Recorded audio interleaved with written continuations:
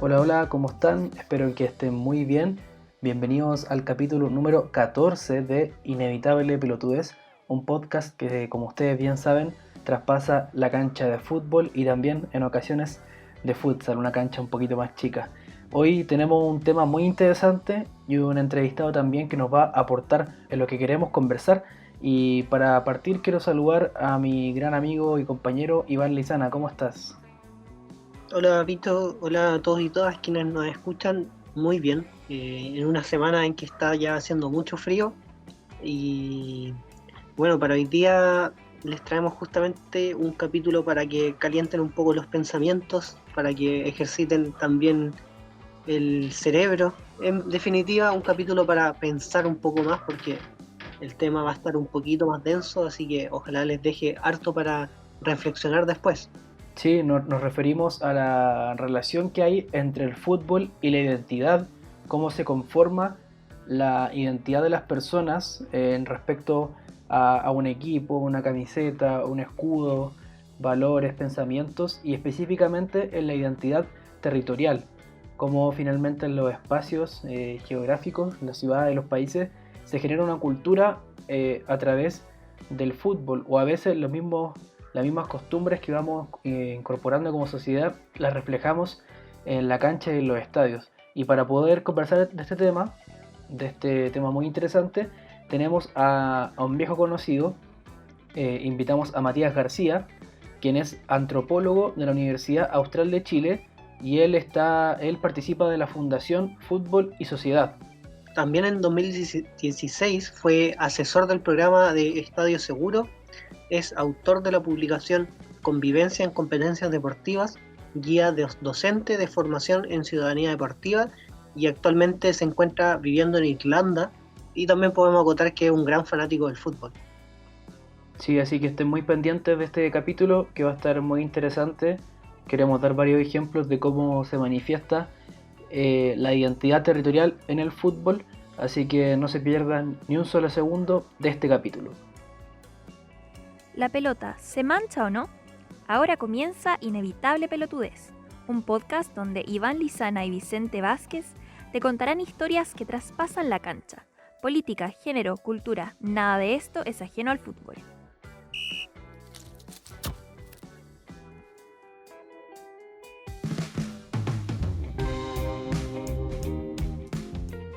Para partir esta conversación con el invitado que ya les comentamos en la descripción del capítulo, queremos saludarlo desde la distancia, bien lejos, pero en otro hemisferio, en otro clima, en otro todo. ¿Cómo estás, Matías? Hola, ¿cómo están ustedes? Yo súper bien. Sí, diría que estoy en otra estación, pero el clima es más o menos similar porque es un poco sureño el clima en Irlanda, parecido al sur. Así que sí, efectivamente otra estación, otro hemisferio, pero el mismo clima, diría yo. Pero bien, encantado nuevamente de participar en uno de sus podcasts, así que muchas gracias por la invitación. Sí, agradecerte harto y justamente iba a decir eso, que para los que reconozcan su voz, como en el capítulo anterior que hicimos de Marcelo Bielsa, Matías nos colaboró en el capítulo número 8 sobre fútbol y masculinidad, así que también pueden pasar a ese tema después de escuchar esto. Así que bueno, con Matías vamos a entrar a un tema que ya lo han ido viendo en el título del capítulo y le explicamos un poco antes, que es la relación entre el fútbol y la identidad territorial. Y para partir desde este marco, Iván nos va a aportar con una definición de identidad para que basemos la conversación. Sí, es que en verdad es un tema bien denso, así que vamos a intentar hacerlo lo menos denso posible. Y es un tema que también nos convoca harto a nosotros tres como cientistas sociales. A mí en lo particular me gusta mucho el tema de la identidad desde la óptica de la sociología y de ahí quiero agarrarme también de la definición que da justamente un sociólogo, quizá uno de los que más ha trabajado también el concepto de la identidad en Chile, que es Jorge Larraín, en su libro de Identidad Chilena, que es uno de los clásicos de la identidad en Chile, hace un esbozo de definición. y bueno, me voy a agarrar de su definición casi por completo, donde él define justamente este concepto como aquellas cosas que nos unen, que generan cohesión y importante que nos diferencian de los otros, que va a ser una imagen que está muy presente también en el fútbol de el grupo de nosotros versus los otros. En ese sentido también es interesante que comprendamos que en nuestra sociedad actual, que se empieza a diferenciar un poco de la sociedad del siglo XX, en el sentido en que en el siglo XX encontramos muchas identidades masivas, como lo eran, por ejemplo, la religión, el Estado-nación, la patria, la clase social, etc. Y esto va de a poco dando paso a una sociedad, llamémosle postmoderna, entre comillas, donde la identidad cada vez va siendo algo un poco más personal o más reducido. Ya no es tanto como que nos identificamos por ser chilenos o nos identificamos por ser de la clase obrera, sino que esto va dando paso a identidades un poco más pequeñas, pero que convocan a una cantidad mayor de gente igual. Como por ejemplo puede ser el género, la profesión, el consumo incluso, lo que Jorge Larraín llama las identidades culturales, materiales y aquellas de reconocimiento. Y dentro de este marco como identidades postmodernas es donde incluso el mismo Jorge Larraín mete al fútbol como una fuente de identificación actual y que es súper fuerte según él también en Chile. Así que en ese marco yo creo que se inscribe lo que vamos a hablar hoy en día. Claro, y para empezar con esta conversación, como ya nos introducí Iván, yendo ahí al plano de la unión entre el fútbol y cómo eso nos ayuda a generar una especie de identidad, queremos preguntarle también a nuestro invitado, desde su perspectiva quizás personal, de su profesión en la antropología, cómo se genera la identidad con el fútbol. Y ahí uno puede meterse en diversas explicaciones también de por qué el fútbol es tan popular, pero esa relación con la identidad, ¿cómo se va generando? Bueno, sí, para complementar respecto a la definición de identidad, a mí también me gustaría señalar que en el fondo la identidad es un sistema de representaciones o un conjunto de características que van definiendo la identidad individual y subjetividad de las personas a partir de, como señala también Renato Ortiz, múltiples referencias, ¿ya? Tales como la cultura, la nación, una etnia, el género, el territorio, la espacialidad y también, por supuesto, el fútbol, ¿cierto? Esta identidad puede ser configurada a partir de múltiples referencias, por ejemplo, herencia familiar, acceso a un grupo de pares con el cual yo, a partir del fútbol, de la identidad de un club deportivo, formo parte de un grupo social determinado, a partir de hitos históricos de un club o alguna articulación entre un hito histórico del club y algún hito de mi experiencia de vida. También, bueno, si uno revisa la historia de los clubes de fútbol chileno, tenemos también diferentes formas en las cuales se fueron configurando los clubes y se fueron configurando identidades en torno a estos clubes. Por ejemplo, hay clubes que surgen a partir de una identidad local en relación a un barrio, a una población o a un sector de la ciudad. Hay otros clubes de fútbol que surgen a partir de comunidades migrantes, como es el caso de Palestino, de Unión Española, de Audax Italiano. También tenemos otros clubes que surgen a partir de contextos más industriales, extractivos, sindicales, como son el caso de Fernández Vial, de Ferroviarios, Huachipato. Tenemos también el caso de Universidad de Chile, la Universidad de Concepción, la Universidad Católica y San Luis de Quillota, que surgen en el contexto académico, los tres primeros en el contexto de universidades, en el caso de Quillota a partir del Instituto de Quillota. Entonces tenemos una gama bien variada de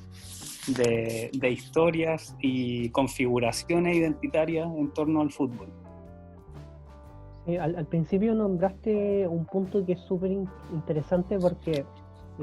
toda identidad también, en términos sociales, grupales, necesita justamente como de un mito fundacional y de hitos que la mantengan viva. Y esos hitos, usualmente en lo que es como la identidad patria, y se ha traspasado también a lo futbolístico, usualmente guarda relación con la hazaña. Puede ser por un lado el cómo surge el equipo de forma heroica, naciendo como de un grupo obrero que tenía, no sé, muchas carencias y se organizan y surge esto, y esa figura se ensalza, o a partir de algún hito que se erige como algo muy importante. En el caso de Colo-Colo pienso, por ejemplo, en haber ganado la Copa Libertadores, que es un hito en la historia de Colo-Colo que mantiene vivo eso de ser colocolino. También, por ejemplo, ¿por qué decía que esto se asemeja un poco al tema de la patria? Porque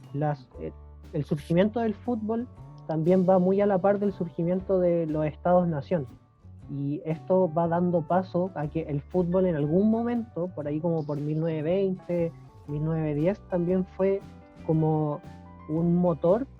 un motor donde, a través del cual se proyectaba la imagen patria también.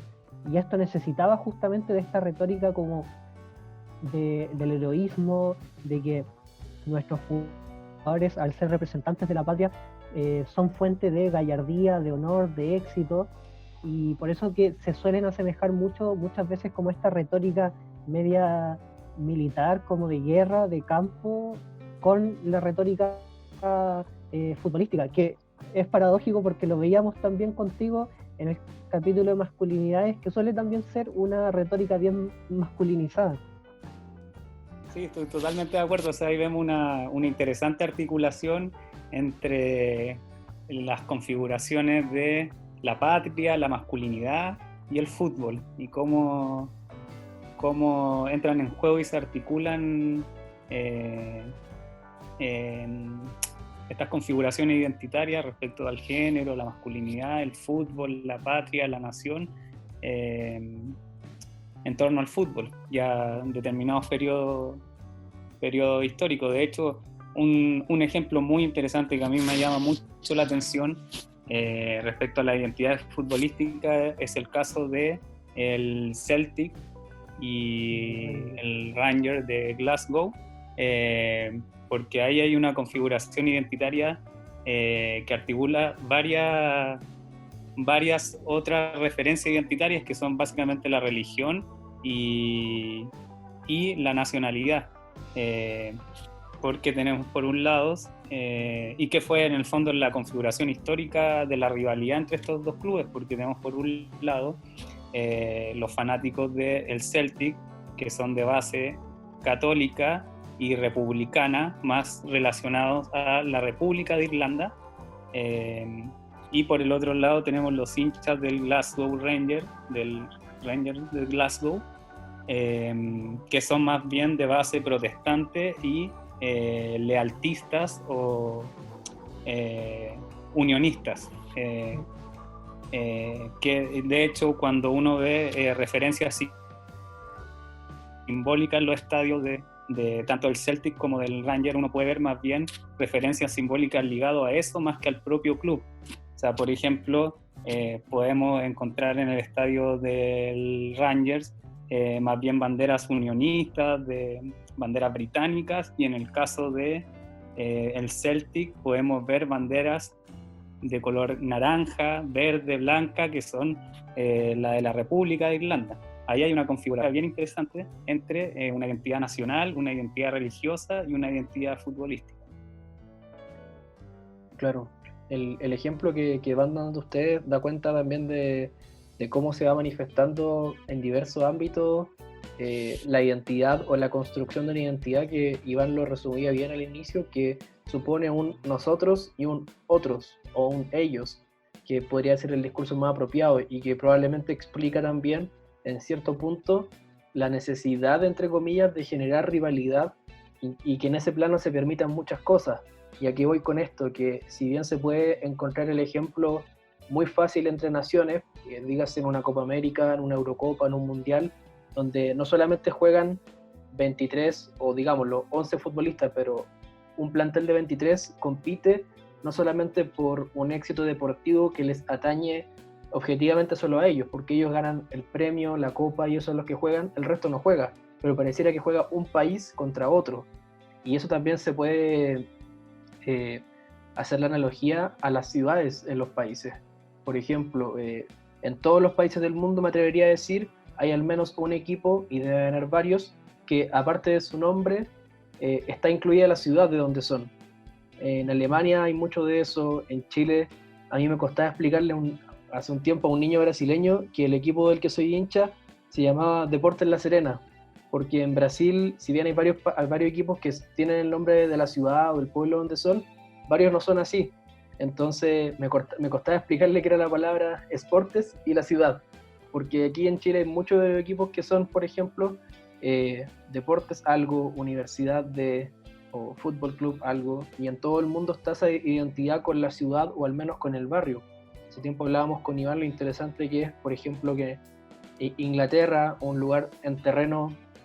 más chico, entre comillas, que Chile, por ejemplo, tiene menos ciudades o menos lugares por los cuales extender su territorio, y finalmente las rivalidades se dan por barrios. En Londres tienes muchos equipos y finalmente tienes el clásico del norte de Londres, del este, en la ciudad de Manchester hay otro clásico. Entonces es interesante también de cómo, por ejemplo, en Chile se va dando esa misma rivalidad. Yo no sé si las típicas rivalidades que tienen entre ciudades que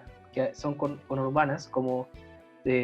Valparaíso y Viña, La Serena con Coquimbo, Concepción con Talcahuano, no sé si hay una forma más fácil de enfrentar esa rivalidad que en una cancha de fútbol, de cuando se juega el clásico porteño y siempre queda la tentarada y media, en el clásico de la cuarta región lo mismo, Huachipato contra la U de Conce, hay toda esa ponzoña que hay entre esos equipos se revela justamente en esos tipos de espectáculos, como ese encono, esa rabia que hay entre gente normal, común y corriente, se deposita justamente ahí por una cancha de fútbol. Claro, en Inglaterra también pasaba mucho, sobre todo en los años 40, 60, yo diría que hasta bien entrado los 90, que fue la época de mayor hooliganismo, donde había una oposición bien fuerte entre las ciudades, los pueblos del norte de Inglaterra con Londres principalmente. Como siempre había esta pugna entre los del norte y los del sur, recordando que la parte norte de Inglaterra suele ser la parte más pobre, la parte más industrial, obrera. En cambio Londres es como la ciudad cosmopolita. Entonces se daba mucho esta pugna entre cuando iban a jugar los clubes londinenses al norte, como y aquí vienen como los anti-ingleses o los que se dicen ser ingleses, y nosotros somos los verdaderos representantes de los ingleses. Entonces ahí se generaba como, se ensalzaba esta parte justamente como de la identidad que yo siento al ser un inglés del norte, y por lo tanto mayor apego generabas a los clubes del norte. Y eso se da, por ejemplo, podemos citar también España, que ahí tenemos todo un tema regional y pugnas históricas respecto que vienen, no sé, desde la conformación, la unión de los pequeños estados que habían hasta la dictadura franquista, donde País Vasco, Cataluña, todavía siguen teniendo una cultura y una identidad distinta, y que al final los clubes de fútbol terminan siendo como un anclaje material de esta identidad, porque toda identidad, al ser algo etéreo, al ser algo abstracto, necesitas anclarla a cosas concretas, y una de esas es justamente un club de fútbol. Claro, exacto. De hecho, el caso de Santiago Wander y Everton es bien interesante porque, claro, en términos de prevención de hechos de violencia en partidos de esa categoría, partidos de mayor complejidad, al ser dos equipos con hinchadas que tienen historial de incidentes en sus partidos, y además ser de ciudades vecinas, y por lo tanto, como hemos estado conversando, se dan estas manifestaciones identitarias también por oposición al rival, a la ciudad rival en el fondo, y que también se materializa en el estadio, o se busca generar esta oposición identitaria también porque existen otros elementos que son parte de la identidad tanto de Viña como de Valparaíso. La gente de Valparaíso ve a la ciudad de Viña del Mar de cierta forma y en el sentido contrario lo mismo. Y además, por ejemplo, el caso de Santiago Wanderers es interesante porque también existe una rivalidad, no tanto deportiva, pero sí en términos de la centralización y descentralización del país y de la popularidad en relación a Colo-Colo, por ejemplo. En términos de prevención de la seguridad, es muy difícil realizar la operación de seguridad en los partidos entre Colo-Colo y Santiago Wanderers, particularmente en Valparaíso, porque la hinchada de Santiago Wanderers no le gusta que el hincha de Colo-Colo vaya a su estadio. De hecho, eso se vio muy materializado y creo que ha sido uno de los hechos de violencia más significativos en la historia del fútbol chileno. El año 2000, si mal no recuerdo, el diciembre de 2015, la final no la final, pero sí la última fecha del torneo, donde Colo-Colo va a jugar el partido al estadio de Santiago Wanderers y el partido no se juega por incidentes al interior y fuera del estadio. Una de las principales razones fue efectivamente porque los hinchas de Santiago Wanderers no querían que Colo-Colo fuera campeón y levantara la copa en su estadio. Entonces existía una intención previa de que el partido fuera suspendido, lo que finalmente pasó. Entonces, claro, por ejemplo, en el caso de Santiago Wanderers se da con hinchas de Everton, es un partido complejo de planificar en términos de seguridad, y también en el caso de Santiago Wanderers, también en el de Everton, pero diría más que en el caso de Santiago Wanderers con Colo-Colo, porque ahí operan en este juego identitario de reconocimiento, de autorreconocimiento, interreconocimiento, y por otro lado diferenciación, oposición. Tienen que ver más como el equipo popular de la ciudad de Santiago, empiezan a operar otras variables en esta dinámica de identidad-oposición. Ahora también, como mencionaba anteriormente, la identidad necesita como de manifestaciones concretas que al final son las que te van generando este sentimiento de pertenencia y que mantienen vivo esto de yo me identifico con. Y ahí es donde encontramos como todo este apego a la cultura y las tradiciones que hay alrededor de un club. Como muchas veces alguien quizás que está fuera del fútbol, que no le gusta, encontrará raro esto de el amor a la camiseta, como de coleccionar camisetas, o incluso este amor que hay a un estadio, a un escudo, y eso es porque justamente todos estos pequeños elementos concretos, materiales que podemos tener, que podemos coleccionar, que podemos ver, son el reflejo de la identidad, y es lo que mantiene vivo ese sentimiento. Sí, y al final lo que también queremos ir haciendo en este capítulo es tratar de encontrar las respuestas de cómo se manifiesta esta identidad del fútbol en Chile. Ya dábamos el ejemplo que profundizó Matías sobre el clásico tan bravo entre Santiago Wanderers y Everton, pero también queremos ponerlo en cuestión y en relación a otros países del continente, porque al menos desde mi parecer, por ejemplo, Chile es un país creo que considerablemente menos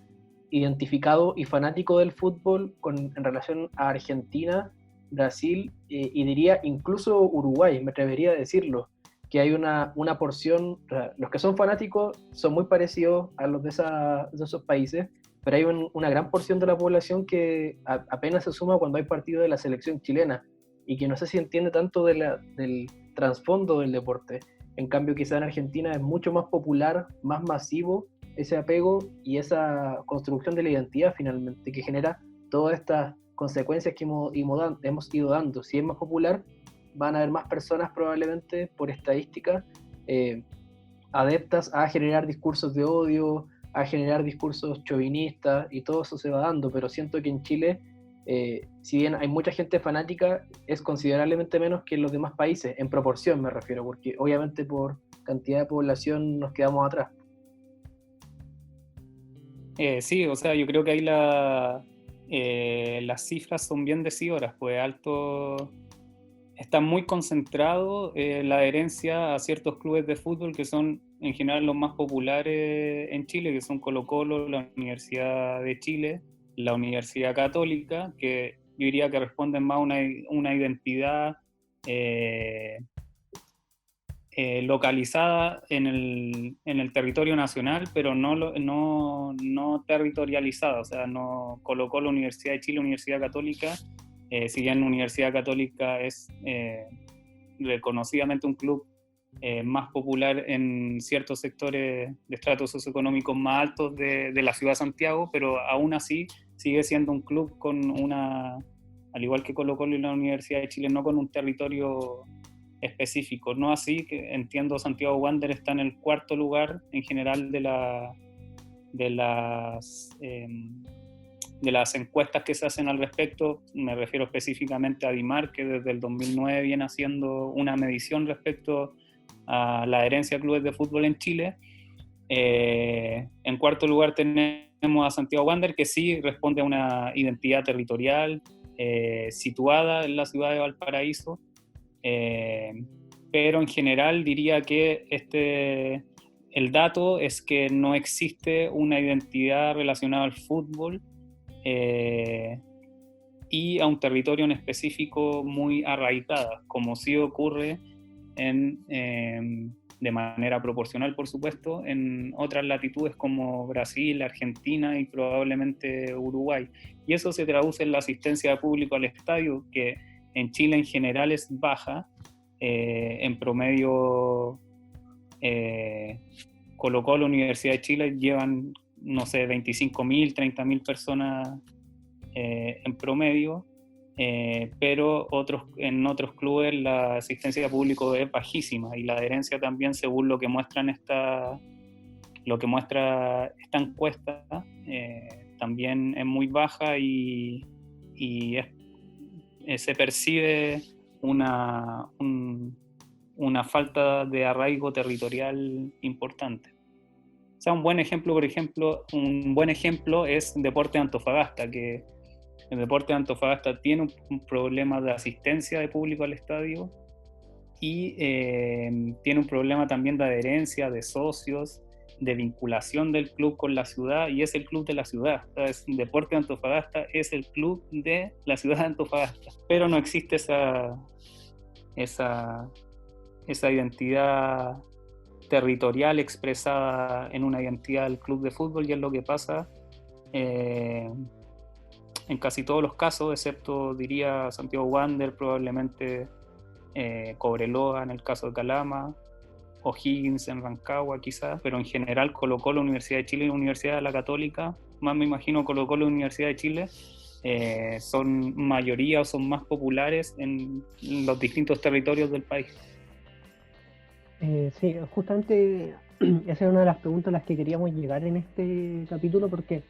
resulta bien paradójico que siendo Chile un país muy largo, donde tienes no tan solo distintas zonas geográficas que ya te marcan de alguna u otra forma el carácter y las prácticas cotidianas que vas a tener en una u otra región, sino que también tienen un desarrollo histórico distinto, tuvieron pueblos originarios distintos y por lo tanto también tienen algunas historias un poco distintas a las que vas a encontrar en el norte, en el centro, en el sur. Resulta paradójico justamente que en términos futbolísticos no se pueda generar esta pertenencia, sino que al final lo que uno encuentra es que en Arica, en Antofagasta y en casi todas las regiones Colo-Colo es el equipo más popular, desplazando incluso, por ejemplo, a equipos que tienen una tradición histórica bien importante. Pienso en la región del Biobío, que es una región que tiene una tradición futbolística no para nada despreciable, con varios equipos por ahí que hay, pero aún así, no sé, Vicente tiene los datos, creo que los tienes por ahí en pantalla. Aún así Colo-Colo es el equipo más popular en la región del Biobío. Entonces, esa trayectoria futbolística que tiene Chile resulta bastante paradójica. No sé si se deberá a migraciones internas dentro del país o a algunas épocas en Chile en que no sé, Colo-Colo representó este sentimiento popular en épocas bastante difíciles para el país, y al final lo que se terminó realzando fue este equipo por encima de otros, o también puede ser este carácter bien neoliberal que tiene el pueblo en Chile, de el éxito por sobre cualquier otra cosa. Y ahí entro un poco, lo ligo un poco con un libro que es el Soccernomics de Simon Cooper y Stefan Szymanski, donde en uno de sus capítulos hablan justamente como de esta oposición que hay entre el modelo Hornby, como ellos los llaman, que sería como este hincha fiel, este hincha como que se siente profundamente identificado con un club y no lo va a traicionar por nada del mundo, versus el hincha exitista, que es el hincha que se va moviendo dependiendo de cuál es el equipo que está ganando ahora. Entonces este es el equipo que yo siento como más, con el que siento más afinidad. Me pasa que siento que en Chile, más que hinchas, hay muchos simpatizantes que se van, no sé si se van moviendo dependiendo del éxito, pero sí se van a ir adhiriendo a un equipo u otro dependiendo de justamente cuánto éxito tiene este club, cuánto juega, cuántas copas tiene, cuánta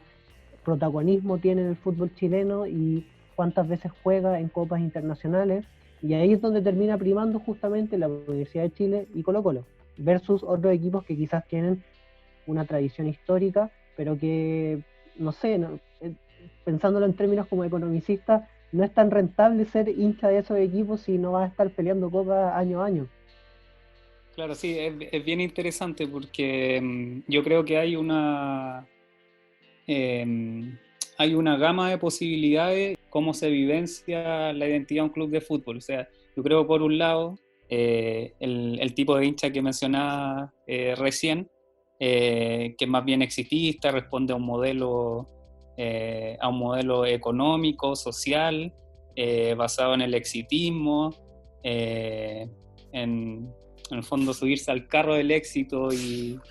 y rentabilizar la identidad en el fondo. En el fondo sigo al club porque me genera satisfacción respecto en relación a sus éxitos deportivos. Y por otro lado, yo diría que en el otro extremo tenemos el tipo de hincha que configura una identidad más arraigada en el aguante, ya que es este hincha que forma parte de una barra de fútbol, que sigue al equipo constantemente, viaja a otras ciudades, va a los partidos de visita. De hecho, el mismo traslado y el viaje es un hito dentro de su configuración identitaria. De hecho, entre barristas de fútbol, el primer viaje fuera de la ciudad a un partido lo más lejos posible, a otro país, no sé, en Copa Libertadores, Sudamericana, o el tipo de partido que sea, configura un hito dentro de su configuración identitaria, porque es no solo un viaje físico, sino también es un viaje simbólico, que va todos los fines de semana al estadio, que forma parte de un grupo de pertenencia, ya sea un piño, una facción de la barra, o parte del núcleo del liderazgo de la barra, y que configura su identidad en función del aguante. Y este aguante tiene que ver con aguantar los resultados, aguantar los malos resultados, aguantar el bajo rendimiento del equipo, aguantar a la policía, aguantar al equipo rival, aguantar todo, poner a disposición las emociones, el cuerpo, para cantar, para saltar, para cansarse después del partido de tanto saltar, poner en el fondo a disposición el alma y el cuerpo, sin pedir nada a cambio, en el fondo. Yo creo que por un lado tenemos ese tipo de hincha, que es el más comprometido con su identidad al club de fútbol en función del aguante. Tenemos también espectadores que van al estadio constantemente, que quizás tienen otro nivel de exigencia respecto al club, que demandan durante el partido un mejor rendimiento. También tenemos espectadores televisivos, que son hinchas, personas que son hinchas de un club, fanáticos de un club, pero lo siguen solo por televisión. Tenemos, por ejemplo, un tema que es importante, que no se me vaya a pasar, que no sé si la encuesta de Adimar lo medirá, porque no conozco en detalle su metodología, pero un concepto importante es la doble militancia, que se da mucho en el fútbol chileno. La doble militancia quiere decir ser básicamente hincha o reconocerse como hincha o seguidor de dos clubes de fútbol, son el club de ciudad y un club más popular, y eso efectivamente se da harto en el fútbol chileno. Pasa, no sé si la encuesta lo medirá, pero mi sensación es que se da harto la doble militancia, sobre todo en regiones. Que creo que es lo que, y esa doble militancia yo creo que se ve reflejada, por ejemplo, tomándome lo que planteas tú, respecto al éxito deportivo, porque yo pienso, por ejemplo, un club como Concepción, Deportes Concepción, que en los 2000, no recuerdo si el 2000-2001, tuvo una muy buena campaña en Copa Libertadores. Esa campaña fue constitutiva de no solo de alegría, sino de orgullo por parte de la gente de Concepción, ¿no? O sea, fue un elemento identitario a destacar. Somos de Concepción y Concepción le está yendo bien en la Copa Libertadores. Entonces ahí probablemente esa doble militancia queda un poco en stand-by y somos de Concepción. Ya después, cuando baja ese nivel de éxito, de rendimiento, quizás vuelve a operar la doble militancia o más hacia un club y no al otro, no sé. Pero me imagino que eso pasa mucho en regiones o en clubes de otras ciudades donde hay personas que tienen esta doble militancia. Sí, era un concepto al que justamente quería llegar, recogiendo palabras de Matías y de Iván, que es un poco hacer la contraparte con lo que pasa, por ejemplo, en Argentina, que uno va al clásico de Santa Fe, que es entre Colón de Santa Fe y Unión de Santa Fe, y los estadios pasan llenos. En Argentina, los clubes, incluso los clubes de barrio, tienen una buena asistencia de público. Las ciudades tienen un fuerte grupo de hinchas que acompañan al equipo, ahora solamente de local, antes de visita también pasaba, pero en Argentina ya desde unos 8 años que ya no se puede jugar con hinchas visitantes. Pero el punto es que aquí en Chile no se ve el mismo nivel de adherencia ni despliegue de gente, como lo que explicaba Matías, en los estadios de las provincias, porque para hacer un ejemplo más aterrizado del caso que conozco bien, que es la cuarta región, los dos equipos más populares de la cuarta región, que también podrían ser otra analogía de lo que pasa en la cuarta región, serían como una especie de Colo-Colo y la U dentro de la cuarta región, respecto a lo que pasa con Deportes Ovalle, Provincial Ovalle, Deportes Unión Compañía. La Serena y Coquimbo se llevan la mayor popularidad de la región, más Coquimbo que La Serena, pero el punto es que, por ejemplo, antes de este año estaban ambos en primera vez, de Coquimbo del 2007 y La Serena del 2013, y cada uno tuvo campañas cerca del descenso y cerca del ascenso en estos años antes de que volvieran a primera. ¿Qué pasaba cuando alguno de los dos estaba cerca del descenso? No iba más de 2.000 personas al estadio, y ambos estadios, el de La Portada de La Serena y el Sánchez Rumoroso de Coquimbo, son para 18.000 personas, y yo creo que desde que se reconstruyeron estos estadios, solo un par de veces ambos estadios han estado llenos. El de Coquimbo, cuando Coquimbo ascendió contra Puerto Montt el año 2018, en noviembre, y el de La Serena cuando se inauguró, que fue en mayo del 2015, y la cantidad de gente que asistió, bueno, después estuvo lleno claramente en la Copa América Femenina del 2018, pero aquí voy con esto, que los estadios se llenaron en hitos históricos y casi irrepetibles. El común pasar de las fechas indicaba que si a los dos equipos le iba mal o a alguno le iba mal, no te podías esperar más de 3.000 personas en el estadio, y ya cuando le empezaba a ir bien y el equipo empezaba a dar rentabilidad en los resultados y una posible garantía de éxito, dada la complejidad deportiva de ascender en la primera división, ahí recién podía encontrar 7.000 personas, 9.000 personas, y ahí uno empieza a escudriñar cuántos de esos 7.000 son hinchas puramente de Coquimbo, cuántos de esos 7.000 son hinchas puramente de La Serena. Y ahí es cuando uno empieza a ver que no todos van con la camiseta. Varios son gente que vive cerca del estadio, gente que es de la ciudad, gente que le tienen cariño o simpatía al club, pero no son hinchas. Siempre van a preferir antes a Colo-Colo, en el mayor de los casos, a la U, pero a los equipos de la región o de la ciudad se les tiene en un segundo margen. De hecho, sin ir más lejos, un amigo de la universidad que estudiaba en mi facultad, él era de Coquimbo y es hincha de la Católica, pero tenía simpatía a Coquimbo y claramente iba a haber más partidos de Coquimbo que de la Católica porque vivía en Coquimbo. Entonces, esos casos no es solamente un mito, que es lo que explica Matías, sino que es realidad, pues se da en varias ciudades del país y se traduce como lo que decía Matías, que haya poca asistencia a los estadios en los partidos comúnmente en las fechas del fútbol chileno, y pasa en todas las ciudades grandes del país, pero cuando juegan con Colo-Colo, con la U, el estadio se va a llenar al menos la parte del equipo visitante, que es el equipo popular. Ni siquiera es garantía que se vaya a llenar la sección que le queda, la pequeña sección que le queda al equipo local, que no, en muchas ocasiones no es capaz de repletar ese espacio, a no ser de equipos como Wanderers, como lo explicaban también, a veces como Higgins, el mismo Cobreloa, que dependiendo del éxito uno va viendo esa presencia que responde. También está ese concepto de que, lo explicaba bien Matías, tenemos dos tipos de hinchas que tienen un grado de fanatismo en una especie de escala, pero siempre va a haber una respuesta con un gráfico, digamos, directamente proporcional, ya estoy seguro. En cada club del fútbol chileno va a haber una relación proporcional entre el éxito deportivo y la asistencia en el estadio.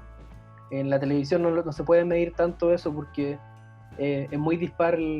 como hablábamos en el inicio, la diferencia de hincha entre Colo-Colo y el resto, incluso ni siquiera de la U contándolo, de la U hacia abajo. Entonces en el estadio sí se nota. Cuando los equipos de provincia les está yendo un poco mejor, la asistencia del estadio empieza a escalar.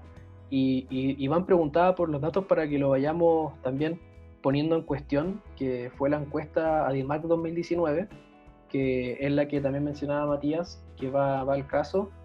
Tuvo una muestra de 4.800 casos, personas que fueron entrevistadas, y Colo-Colo se mantiene en el primer puesto, como hace mucho tiempo, con un 42% de adhesión.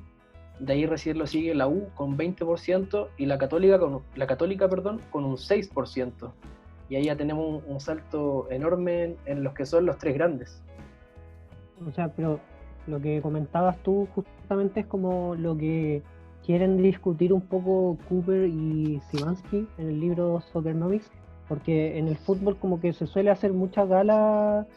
respecto a esta cultura del hincha fiel, del hincha incondicional, de esta idea de que uno puede cambiar de esposa, puede cambiar de pareja, de religión, pero no de equipo de fútbol. Y claro, si uno se empieza a meter en los datos más duros, que en Inglaterra tienen una medición respecto a los datos del fútbol mucho más constante que acá en Chile, y más seria también, y se van dando cuenta justamente que incluso allá en Inglaterra pasa lo mismo que tú dices, como por ejemplo ellos daban el ejemplo de la irrupción del Chelsea, por ahí por los años 2003-2004,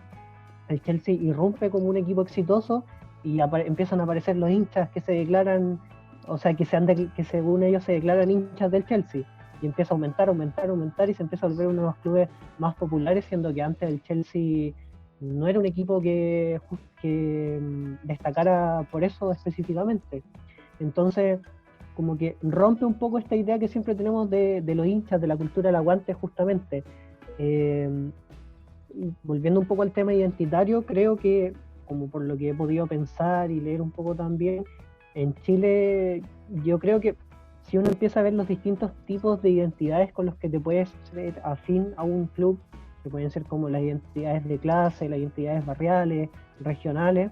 me pasa que ninguna de esas me calzan mucho con la realidad de los clubes de Chile, pero sí las que me calzan podrían ser un poco, que la enunció Matías al principio, la tradición familiar, puede ser una posible explicación, y también la parte del consumo, que es un poco lo que habla, no sé, pegándome un poco, una volada un poco más arriba, que sería lo que Tomás Mulián habla un poco como de la integración a través del consumo, es decir, como que teniendo consumo, yo muestro hacia afuera que soy exitoso y que también me voy validando frente al resto.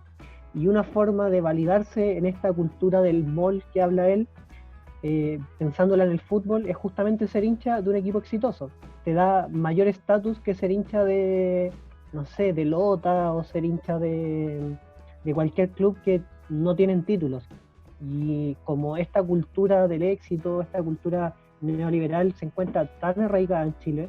por lo menos ya llevamos unos 30 años de arraigo de esta cultura, puede ser una posible explicación a por qué hay tanto hincha de Colo-Colo, que si uno lo mira fríamente, escucha, un club que tiene, ¿cuántos títulos tiene Colo-Colo? 32, y una Copa Libertadores, frente a clubes que no tienen títulos, gana por lejos. Te da mucho más estatus ser hincha de Colo-Colo al momento de presentarte como, mira, yo soy hincha del club más popular y más ganador en toda la historia del fútbol chileno. Es distinto que decir, mira, soy hincha de Huachipato, que tenemos 3 títulos en toda nuestra historia.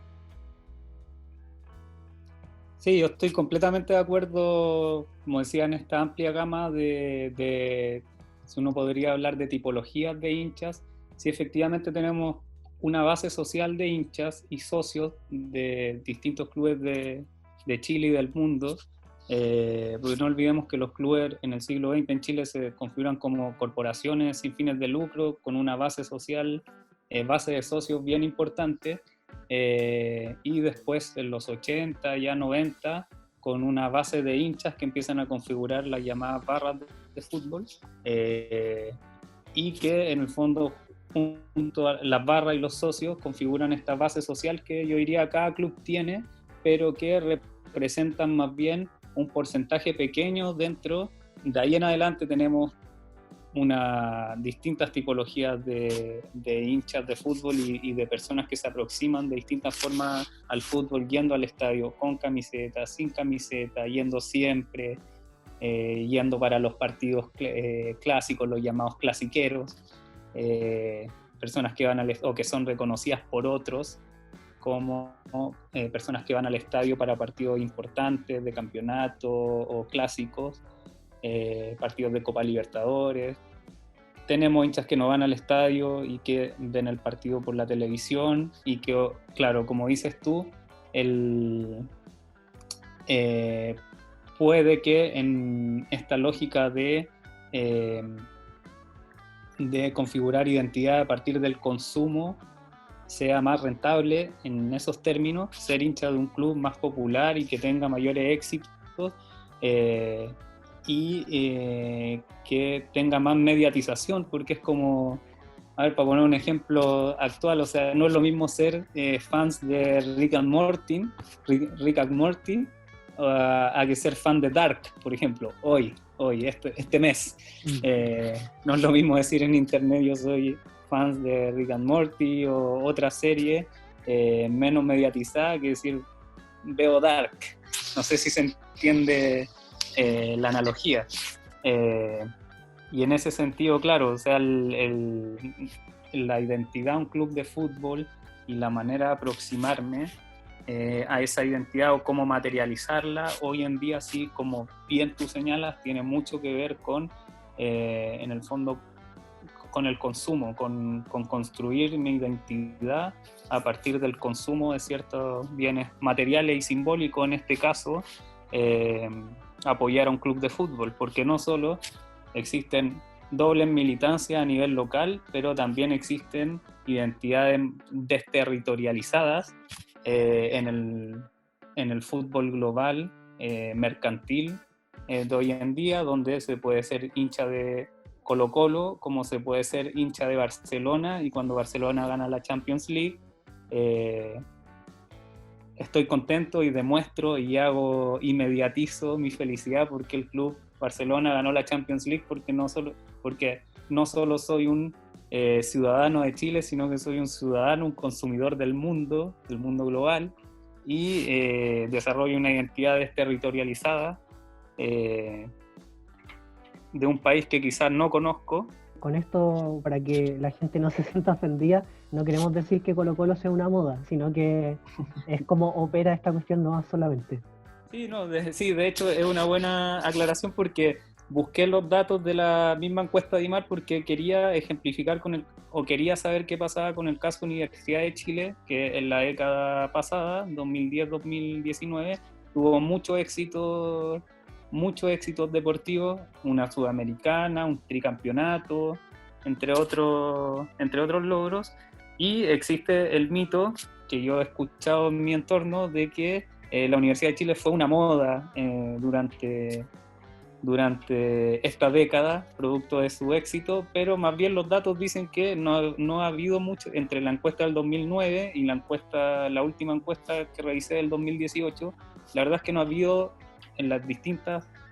4 o 5 encuestas que se hicieron durante esos años, no hubo mucha variación respecto a la adherencia a la Universidad de Chile, entonces probablemente sea más bien un mito en ese caso en particular, por ejemplo. Exitismo sí existe en relación a los clubes, a la selección chilena u otros, y por supuesto una variable que hay que señalar y analizar, lo que no quiere decir que los hinchas de determinados clubes del país sea solo por los éxitos deportivos. Okay. Como tú señalabas, sí, la herencia familiar es importante, hitos fundacionales del club, son distintas variables que entran en juego para intentar explicar y analizar la adherencia a un club de fútbol. Claro, y para ir cerrando esta conversación, quisiera puntualizar un aspecto muy interesante que surgió ahora, que es esta discusión de lo mercantil junto con la globalización del fútbol a nivel mundial. Y es que por algo se explica que en los últimos 5 años, dado esta medición de la encuesta de IMARC, se duplicó la cantidad de chilenos que no se declara hincha de ningún equipo del torneo local, pasando, por ejemplo, el año 2015, año donde se gana la Copa América por la parte de la selección chilena, que ya pronto va a cumplir 5 años, había un 10% de personas que decía yo no tengo ningún club chileno como simpatizante ni hincha, y pasó al 2019 a un 21%. Entonces uno empieza a ver que cada año, junto con la posibilidad de ver a través del cable, a través de internet y varias plataformas, equipos internacionales y un montón de ligas que superan en economía, en nivel deportivo, en belleza de espectáculo, supera en muchos sentidos al fútbol chileno, y probablemente también ahí se va metiendo la perspectiva del fútbol chileno como no solamente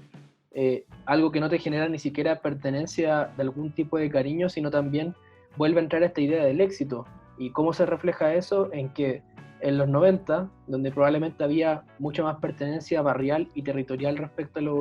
a los equipos de fútbol en todo Chile, eso también se traducía en que los equipos en general llegaban a instancias definitivas de torneos internacionales, semifinales de Copa Libertadores, sin ir más lejos, la Libertadores de Colo-Colo en 91, el torneo de la Interamericana que ganó la Católica en 94,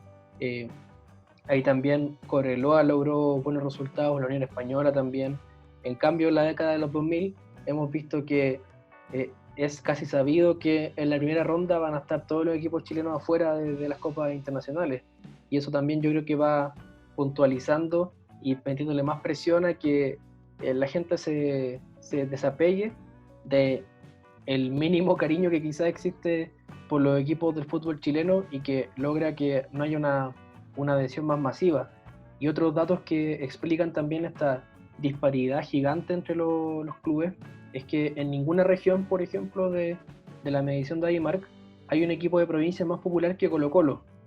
A lo más, en algunos casos se obtiene el segundo lugar,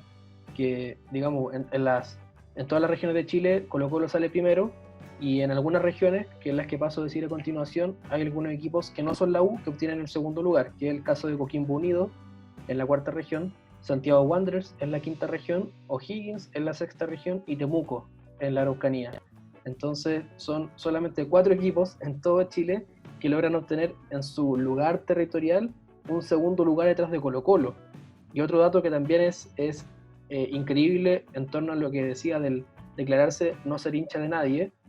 si sumamos entre los equipos de la región metropolitana, sin contar a Colo-Colo y la U, o sea, estamos incluyendo a todos los de la región metropolitana con la Católica, le sumamos los equipos del norte y los equipos del sur, en proporción nacional no superan a los que dicen ninguno. Imagínate que son, ¿cuánto? Unos 30 clubes que no superan a los que se declaran no ser de nadie. Entonces eso igual dice harto de que, y puede explicar también lo que el fenómeno que propuso Matías de la baja asistencia a los estadios y cuánto de esa proporción finalmente son hinchas verdaderamente del club y no son dobles militantes. Entonces ahí vamos viendo que los datos van un poco presentándonos la realidad que la hemos ido desmenuzando en este capítulo, así que tocamos varios temas como centralismo, popularidad, éxito, mercantilización y para ir cerrando queremos agradecerle a Matías por estar de nuevo con nosotros, participando y entregándonos su vasta capacidad de análisis, así que desde la distancia mandarte un abrazo y agradecerte por la participación en el podcast. Encantado de participar. Muy interesante la conversación, la de la vez pasada también, súper interesante. Son múltiples factores los que llevan a una persona a decidir no ir al estadio. No así tanto quizás con el hincha, más duro por decirlo así, que todavía yo diría tiene un poco de romanticismo en su decisión de vivir una experiencia estadio. Pero el público en general analiza y evalúa un montón de variables relacionadas a la seguridad, al espectáculo deportivo, al espectáculo en general en el estadio y finalmente decide no asistir. No, muy bien, gracias por la participación nuevamente y gracias a todos los que están escuchando este capítulo. A ustedes por la invitación y esperemos que les haya gustado mucho este capítulo. Es la tónica de lo que estamos haciendo, intentar darle una vuelta a los temas que están alrededor del fútbol, así que espero que lo hayan disfrutado y por favor no se pierdan un próximo capítulo y un próximo entretiempo de Inevitable Pelotudes. Chau, chau.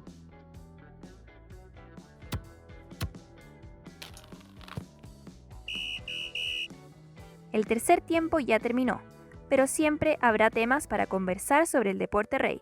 No te pierdas el próximo capítulo de Inevitable Pelotudez, donde Iván Lizana y Vicente Vázquez traerán más historias que traspasan la cancha de fútbol.